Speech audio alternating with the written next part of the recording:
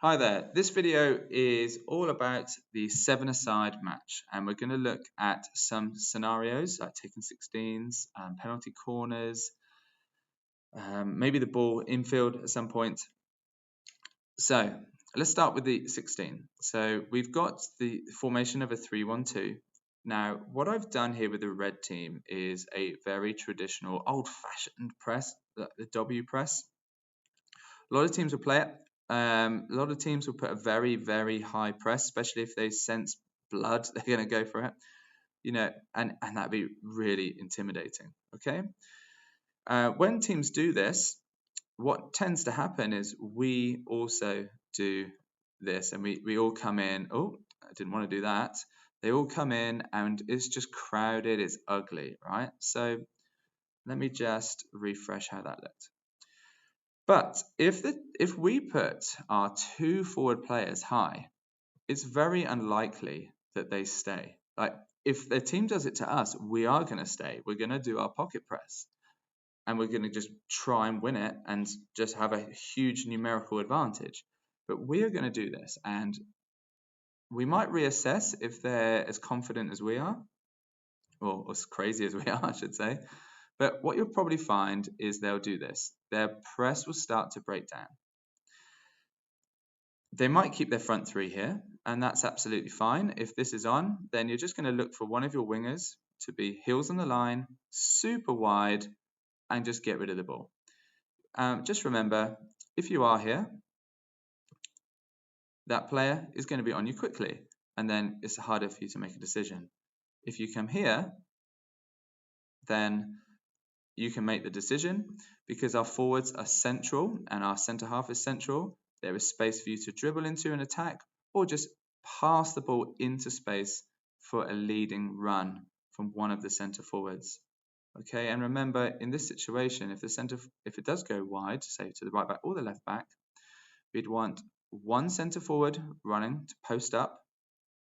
We want one centre forward running into the channel, into the line, and another centre half running to offer. And when it does go back, the centre back would also drop. So this player should have 1, 2, 3, and 4 options. Okay, and that's our job as a team. Always make sure we have options for one another.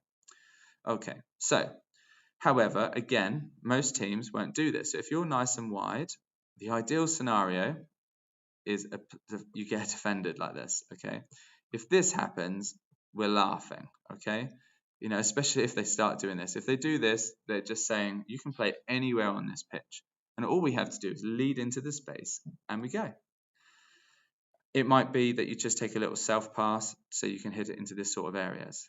Now, what I will say to you as wingbacks, this is exactly what you want. This is the sign of a good team holding their ground, making it difficult. This is a poor team that haven't gone over any structure, and you can exploit it. So for example, what I mean by that is any aggressive lead into this space is going to be your ball. As soon as I see a player come wide and give me this space, all I have to do is make an eye contact, aggressive lead into the space, and you will have the ball every single time. Quick touch, so in here, very quick touch, making sure your elbow's out so the ball can stay where you want it to. Quick push into this space, we're on the attack again. Okay, so it's very important to be aware of if a player marks you wide, just a little aggressive lead in there, play the ball down here, happy days. But a good team, let's prepare for good teams. So good teams, they will probably deepen their press accordingly, something like this. And then, yeah, we're going to look to ship the ball out wide. If they press it really hard, just get ready for the center. Oh, don't move the circle. Get ready for the center back to drop. And then we have space will open up because most likely someone will come. And then we've got leads from the center forwards. We've got leads on the center half. We've got another option here of the left back. And there's nothing wrong. It's just difficult at first, depending on what age you are, to transfer the ball. And let's face it, most people that watch this video is someone coaching or an under 13, under 12 player. So you are young, so this transfer is quite daunting, playing around the back, but you will be able to do it with practice. So that's important. And then gaps open up when you do that. And all we're looking to do is pop the ball softly, push it down the line for players to run into. Okay? So if in doubt, if it does come wide, just push it into space. If it goes off the back line for a 16, we're pressing in their area.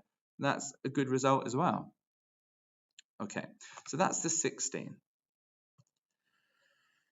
So if the ball is in this position, okay, so a centre back is playing it. It's on the left, so let's promote our left wing back.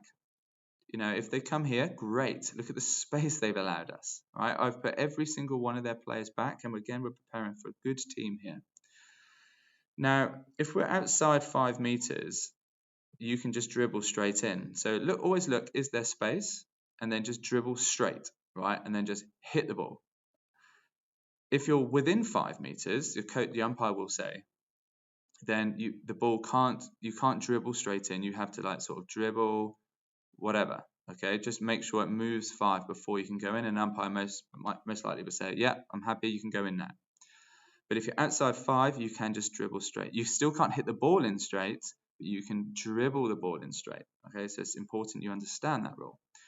So in this instance, it's heavily packed circle.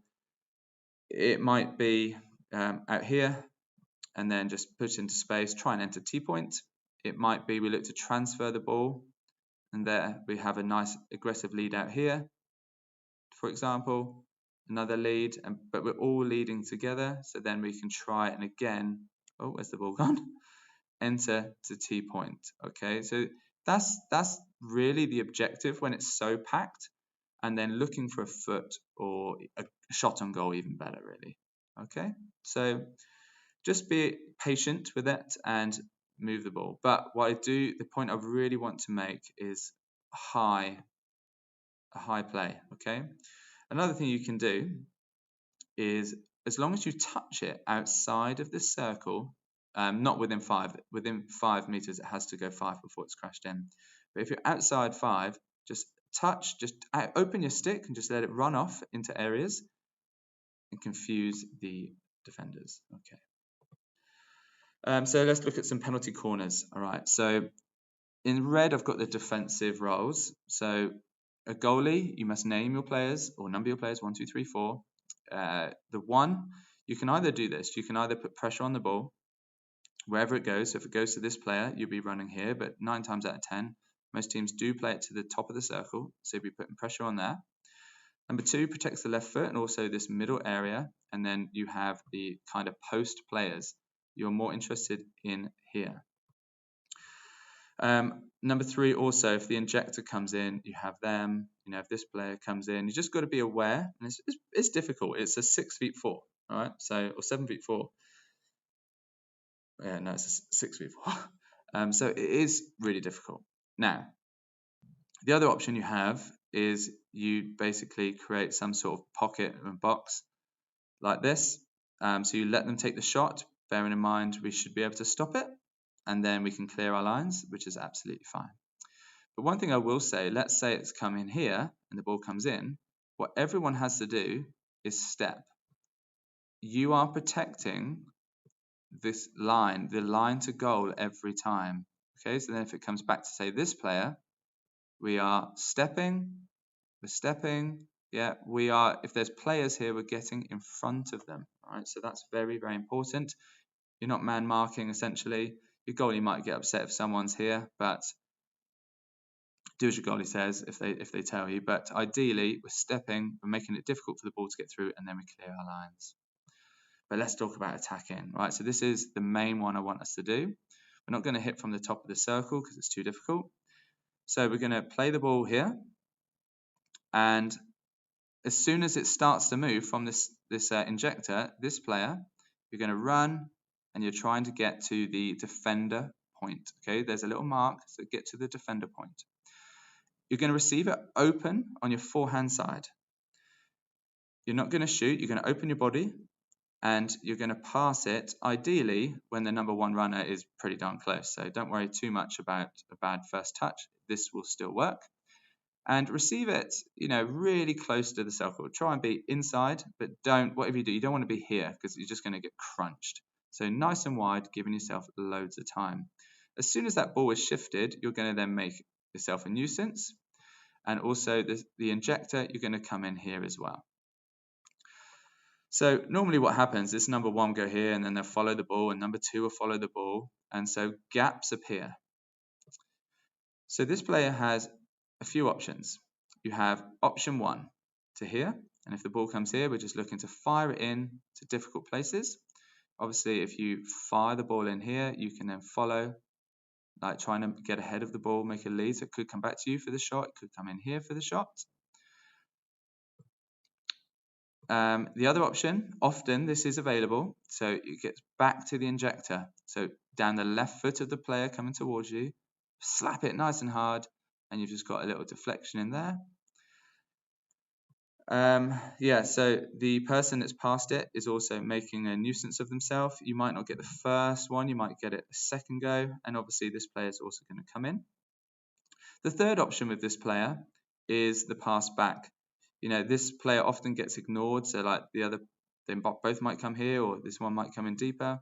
So you can pass it back here, and then one touch, and then you can just fire it in, okay, or down the left foot. When you fire it in, just fire it down the left foot of a player, okay. So that's basically the short corner I would love to see us do first and foremost.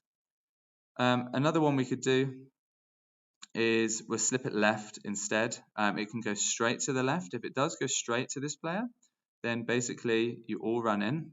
Okay, 1, 2, 3. Okay, so if we have time, if we take a good touch, we can just nail it, a hard slap across, and all you have to do, you don't have to think about receiving it. You just put a stick on it, angle it towards the goal, and you'll be amazed how many goals you're going to score. But if they run here and they put loads of good pressure, stay out wide this time, injector, it can be coming here, and then we'll look to get it into these difficult areas. If you've got loads of time, maybe you could dribble it a little bit before passing it. And again, don't try and stop the ball, just touch it, just angle your stick and guide it in. Right, that's all I want to say. Best of luck this season. Hope you've all enjoyed this video. It makes sense. And yeah, can't wait to see it happen.